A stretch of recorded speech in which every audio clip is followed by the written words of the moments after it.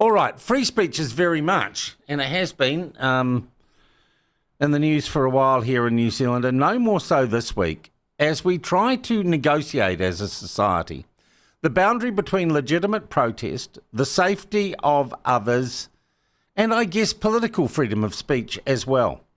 What's happening is there is a bill before Parliament that is opposed by Labour, the Greens and the Pāti Māori, which would effectively outlaw political protests or demonstrations at residential properties directed at people who live at those properties. Don't settle for a fake snarler when you can have Beard Brothers' premium range of all-natural sausages. No fillers, no nasty artificial stuff, just meat, herbs and a whole lot of flavour.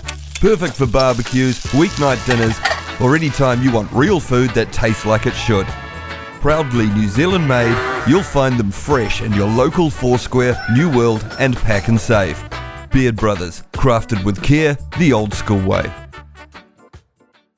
And of course, the whole issue has been drawn into very stark contrast by the doxing of Winston Peters' home address in Auckland by an Auckland actress and activist who has herself now been cancelled by One New Zealand because she's been pulled from an ad she was in. And then there is someone who's been arrested for actually physically damaging Mr. Peters' home by putting a crowbar through the window. Tensions are high. Tensions are very high around the issue of free speech and legitimate protest. So how do we negotiate our way through this? I thought it would be a good time to have a talk with our friends at the Free Speech Union, and we're joined by Stephen Franks now. Stephen, good morning to you. Boy, what a storm, Good morning, Sean. What a storm, eh? It's pretty timely for the government's bill. Yeah. So, look, from your point of view, where does the Free Speech Union stand on the bill as it is? We recognise and agree that there's a difference between free speech that attempts to persuade or to show the depth of people's feelings, how fervent they are about something, and expression that is designed to intimidate or coerce.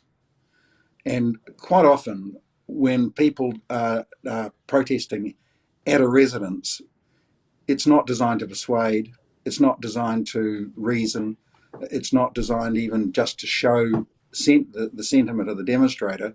It's designed to try and force a change. And intimidate. By intimidation. Yeah. Look, No, carry on. So we don't oppose the intent of a law change like this. What we're concerned about is that it's used rather vague words, and as we've seen around the world now, around the English-speaking world, that police and courts, given a chance of misusing vague words, will take them. What are the vague words? We're asking to tighten it up. What is the vague phraseology that you're most concerned about? It talks about, it's tackling disruption, which is pretty vague, near residential premises. And a lot of unwelcome speech that might upset someone can be near residential premises. The classics for many years have been the Christians who stand silently praying outside abortion clinics. Now, we would say that's a free expression of their concern about what they think is murder in a public place. That people in a society just toughen up. If you don't like that, you shouldn't be in a free society. So we're trying to draw a distinction, and we're concerned though because it's not easy these days. When a judge can decide, as was happened last week or the week before, that forfeited to the Crown means giving back to the offender, and they can adopt the fashionable university view that words are violence. It's pretty hard to draft law that won't be misused. Yeah. Look, I was struck, and it's been a very strange week for me. A whole lot of things have come together. I went on Sunday to see that movie, Prime Minister. And to me, one of the most disturbing parts of it was footage that Clark Gayford shot during the holidays, I think, of around 2022, 2023. at his parents' beach house. And he's at his parents' house with his daughter and his wife, and a bunch of anti-vax protesters turn up holding signs outside his parents' home. And I thought, that is not on. That is not the Kiwi way. The same way as I think many New Zealanders would say this protest outside Winston Peters' house was not the Kiwi way. Would the Free Speech Union object to having us having laws that stop that being done to people? Because I think we should have laws that stop that. It depends how they're doing it. If it's people silently or respectfully holding protest signs, we're very concerned if that becomes forbidden, because it's very easy for that kind of policing, especially when it just says residential. Okay. Near But no, those unreasonable two direction. things I talked about are at someone's specific address where the signs are aimed at the person inside that address living their private life.